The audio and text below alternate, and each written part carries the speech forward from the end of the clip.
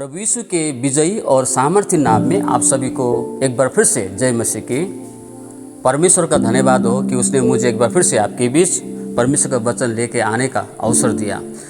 आज मैं आपके साथ निर्गमन की पुस्तक 17वां अध्याय उसका 8 पद से लेकर 13 पद तक इस खंड से मैं आपसे बातचीत करना चाहता हूँ। आज का ये वचन विशेष करके उन सारे विश्वासियों के लिए है जो किसी न किसी कलीसिया से जुड़े हुए हैं। प्रिय विश्वासियों, यदि आप निर्गमन के पुस्तक 17 अध्याय से आप पढ़ने के लिए आरंभ करेंगे तो हमें क्या मिलता है कि इजरायली जो मिस्र देश के गुलामी से परमेश्वर ने आज़ाद कराकर कनान की यात्रा की तरफ ले जाते वक्त अब सारी इजरायलियों की मंडली सीन नामक जंगल में पहुंच गए। वहाँ पर परमेश्वर ने इन सारी इजरायलियों को अद्भुत प्रकार से उनकी प्यास को बुझाया और जल का प्रबंध किया। और उस जल को पीने के बाद में जब वे लोग आरंभ ही किए थे तो यहाँ पर अमालेकी जातियों ने इजरायलियों पर धावा बोला है। अमालेकी जाति आकर इजरायलियों से युद्ध करने के लिए शुरू करता है। तो मूसा जो प्रभु का दास था, तो मूसा ने यहोशू से कहा 9 पद में, तब मूसा ने यहोशू से कहा, हमारे लिए कई पुरुषों को चुनकर छांट ले और बाहर जाकर अमालेकियों से लड़, और मैं कल परमेश्वर के लाठी हाथ में लिए हुए पहाड़ी की चोटी पर खड़ा रहूंगा। तो मूसा ने यहोशू से कहा, तू जाकर अमालेकियों से युद्ध कर और मैं कल पहाड़ की चोटी पर जाकर वहां पर खड़ा रहूंगा। और यहोशू जाकर अमालेकियों से युद्ध करने लगा और मूसा हारून और हूर को साथ लिए वो पहाड़ की चोटी पर चला जाता है। और हम यहाँ पर क्या देखते हैं कि जब जब मूसा अपने हाथों को उठाता था, इस तरह से जब जब मूसा अपने हाथों को उठाता था तो नीचे पहाड़ के नीचे यहोशू अमालेकियों पर विजय पाता था। लेकिन जब जब मूसा हाथों को नीचे करता तो यहोशू हार जाता रहा, इजरायली हार जाते थे। फिर मूसा ऊपर करता रहा अपने हाथों को, फिर यहोशू विजय पाता रहा। हाथ दर्द होने के कारण फिर वह हाथों को नीचे कर देता रहा। उस वक्त में यहोशू फिर हार जाता रहा। तो यहाँ पर कहानी क्या है, जब जब मूसा अपने हाथों को ऊपर करता रहा यहोशू विजय पाता रहा, जब जब मूसा अपने हाथों को नीचे करता रहा यहोशू इजरायली हार जाता रहा अमालेकियों से। तो प्रिय विश्वासियों, मैं आज आपको इस खंड से क्या बताना चाहता हूँ, तो जब मूसा का हाथ ऊपर करने से जीत हासिल करना, मूसा का हाथ नीचे होने से हार जाना, इस काम को पहाड़ की चोटी पर मूसा के साथ में जाने वाले हारून और हूर भी देख रहे थे। जब इन्होंने इन दोनों इस बात को देखा कि जब मूसा अपने हाथों को ऊपर उठाता था तो वे लोग जीत हासिल कर रहे थे, मूसा जब अपने हाथों को नीचे करता था वे लोग हार रहे हैं। इस बात को देखने के बाद में सबसे पहले एक पत्थर को लिया और पत्थर को लेकर मूसा के पीछे रख दिया और मूसा उस पत्थर में बैठ गए। और उसके बाद में दोनों हाथों को जब मूसा ने ऊपर किया तो एक तरफ हारून एक तरफ हूर, इस प्रकार से मूसा के हाथों को सहारा देकर सहायता करके मूसा को अपने हाथों को ऊपर उठाए रहने में उन्होंने मदद किया। और परिणाम क्या हुआ, सूर्य अस्त तक हारून और हूर ने मूसा के हाथों को थामे रहा, जिसके कारण यहोशू और सभी इजरायली अमालेकियों पर विजय पाता है। तलवार के बल पर वे लोग विजय पाता है।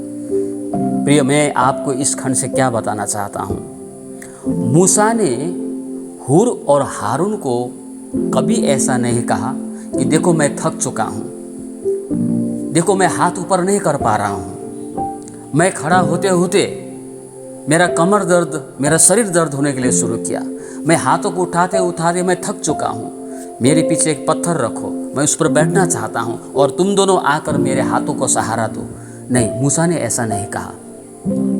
परंतु जब हारून और हूर ने इस काम को देखा तो उन्होंने स्वयं 2 कार्यों को किया। एक तो मूसा को विश्राम लेने के लिए, मूसा को बैठने के लिए एक जगह का प्रबंध उन्होंने किया। एक पत्थर लाकर मूसा के लिए रख दिया और मूसा उसके ऊपर में बैठ जाता है, और दोनों जो हारून और हूर थे, ये दोनों मूसा के हाथों को सहारा देकर थामे रहा और थामे रखने में सहायता किया। प्रियो, मैं आपको क्या बताना चाहता हूँ, मूसा ने कभी ऐसा नहीं कहा मुझे बैठने के लिए एक पत्थर का प्रबंध करो, मेरे हाथों को उठाए रखो, नहीं।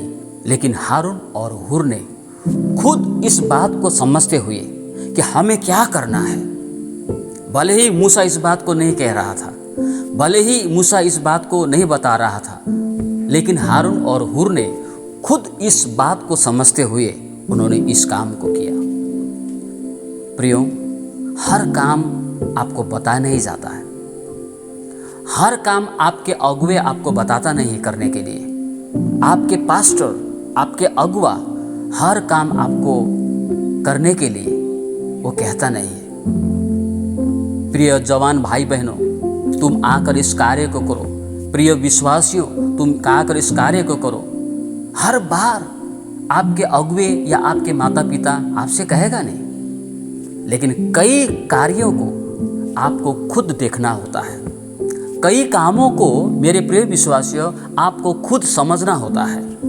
कई सारे लोगों को काम दिखाई नहीं देता है। चर्च में जंगल बना पड़ा है, घर में ऐसा ही अस्त व्यस्त सब कुछ होता रहता है, और घर के माता पिता उस काम को लगे रहते हैं सुबह से शाम तक, लेकिन जवान बच्चों को कामों को दिखाई नहीं देता है। दिन भर वो चेयर उल्टा पड़ा रहता है, लेकिन उसका सीधा करने वाला कोई नहीं होता है। जब तक घर के माता पिता उसको सीधा ना करे, उसको खड़ा ना करे, उसको ठीक ना करे, जवान बच्चों को वो काम दिखाई नहीं देता है। कलीसियाओं में भी ऐसा ही होता है। कलीसियाओं में बहुत सारे कार्य होता है। प्रियो, एक सेवक, एक पास्टर वो कितना करेगा? क्या उसका सहयोग करने वाला नहीं होना चाहिए? प्रियो, पाउल का भी सहयोगी था, पौलुस का भी सहकर्मी था। कई सारे लोग उन्हें सहयोग किया करते थे, जिसका उल्लेख ज़्यादातर हमको बाइबल में नहीं मिलता, लेकिन वे लोग पौल को सहायता किया करते थे। आज हमारे परिवार में, आज हमारे कलीसियाओं में ऐसे ऐसे बच्चों की आवश्यकता है, ऐसे ऐसे जवानों की आवश्यकता है, ऐसे ऐसे विश्वासियों की आवश्यकता है जो कार्यों को देखा करते हैं, बिना कहे उस कार्य को करने वाला, बिना बताए उस काम को समझने वाला। ऐसे ऐसे विश्वासियों की, ऐसे ऐसे जवानों की आवश्यकता है। प्रिय मित्र, मूसा ने कभी हारून और हूर से नहीं कहा कि ये करो, लेकिन हारून और हूर ने जिस प्रकार उस समय की आवश्यकता को समझते हुए, उसे क्या करना है उसको समझते हुए, इन दोनों ने उस काम को मूसा के बिन कहे किया। आज कलीसियाओं में भी, परिवार में भी ऐसे ऐसे बच्चों की, विश्वासियों को आवश्यकता है। कई लोगों को काम नहीं दिखाई देता है। जब आप चर्च में आते हैं, सामान आप इधर उधर अस्त व्यस्त देखते हैं, क्या आपको आज वो कार्य दिखाई देता है? हर कोई आपको कहता नहीं है, हर काम आपको बताता नहीं है, हर कोई आपको काम करने के लिए कहता नहीं है, लेकिन ऐसे भी कुछ काम है जो आपको दिखाई देने चाहिए और आपको बिन कहे खुद उसे करने चाहिए। अगर ऐसा होगा तो कल्पना कीजिए हमारा परिवार, हमारे कलीसिया में कैसे आशीष होगी। सब कुछ ठीक ठाक रहेगा, सब कुछ सुंदर होगा, माता पिता खुश होंगे, चर्च के अगुवे खुश होंगे। हाँ, मेरे बच्चे, मेरे विश्वासी मेरे कहे बिना, मेरे बताए बिना इस कार्य को कर रहा है, बहुत समझदार है मेरे विश्वासी, मेरे बच्चे अब समझदार हो गया है, काम को देखने वाला हो गया है, काम को समझने वाला हो गया है, कहते हुए वे लोग आनंदित होंगे, जिस प्रकार पौलुस आनंदित हुआ करता था। प्रिय विश्वासियों, आज का सुबह मैं आपसे इसी बात को मैं समझाना चाहता था, दिखाना चाहता था। शुभोपदेशक 4:10 में ऐसा कहा है, हाय उन पर जो अकेले रहता है, जिसका कोई सहायता करने वाला नहीं होता है, जिसको कोई उठाने वाला नहीं होता है। कहीं आपका माता पिता, कहीं आपके अगुवे ऐसी अवस्था में तो नहीं है। अगर ऐसी अवस्था है तो आपको कई सारे कार्य जो आपके चर्च में होंगे, कलीसिया में होंगे, आपके अगुवे के कहे बिना, आपके माता पिता के कहे बिना आपको करनी चाहिए। आपको उन कार्यों को दिखाई देनी चाहिए। शायद आपके अगुवे आपको ना कहे चर्च में आकर साफ करो, लेकिन सफाई की आवश्यकता है तो आपको आके करनी चाहिए। शायद आपके घर में कुछ और भी कार्य होंगे जो आपके माता पिता ना कहे, लेकिन उन कार्यों को आपको दिखाई देनी चाहिए। आपके अगुवे शायद आपको ना कहे जाके संडे स्कूल चलाना, लेकिन जब आवश्यकता हुई तो आपको उस काम को दिखाई देनी चाहिए। आप बिन कहे आप जाके उस कार्य को करने चाहिए। कई सारे कार्य हैं करने के लिए। धन्य है वे विश्वासी, धन्य है वे जवान जो लोग कार्य को देखते हैं, कार्य को दिखाई देते हैं।